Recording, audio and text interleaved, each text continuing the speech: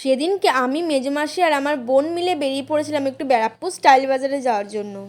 পলতা স্টেশনে গিয়ে ট্রেনের জন্য অনেকক্ষণ ওয়েট করার পর ফাইনালি ট্রেন আসায় উঠে যাই ট্রেনে। আর তারপরে ট্রেন থেকে নেমে পৌঁছে যাই ব্যারাকপুর।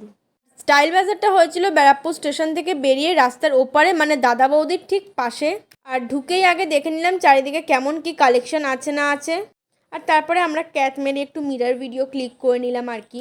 আর ঘুরে দেখতে দেখতে দেখতে পেলাম এই কিউট ওয়াটার বোতলগুলো, যেগুলো কিনা বাচ্চাদের, কিন্তু আমার দেখে মনে হচ্ছিলো আমি নিজের জন্যই নিয়ে নিই। দেখতে এত কিউট ছিল, মানে আমাদের সময় ওয়াটার বোতল ছিল কিন্তু এরকম কিউট আর অ্যাস্থেটিক টাইপের ছিল না আর কি, তাই জন্যই দেখে মনে হচ্ছিলো নিয়ে নিই।